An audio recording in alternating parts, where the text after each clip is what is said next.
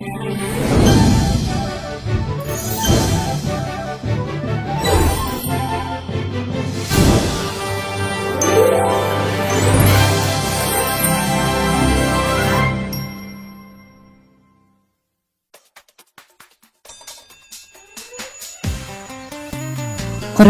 ұстаздар, оқушылар, білімнің сара жолы мектептен басталады, ал білімнің алғаш есігін ашатын кілті бастауыш екенін барлығымыз білеміз.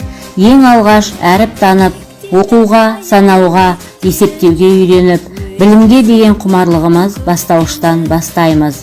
Бүгін 15 ақпан мен 26 ақпан аралығында өтетін бастауыш сыныптар арасындағы 10 күндігімізді ашқалы отырмыз.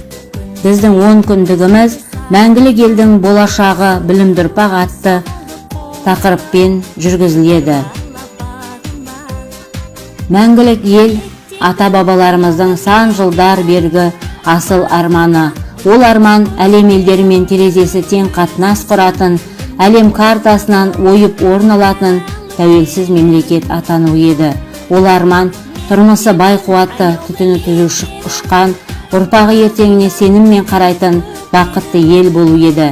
Міне, сол армандар ақиқатқа айналып, мәңгілік елдің іргетасы қаланды. Біздің халқымызда атамекенді ардақтау сезімі өте терең. Өз елі үшін жанын да, барын да аямаған. Осы бір қасиетті жанымызға ана сүтімен тарап, ана тілімен дарып, ақ нанымен бекуі тиіс. Өйткені отан біз үшін оттан да ыстық. Біздің бүгінгі бүлдіршіндеріміз біздің еліміздің болашағы.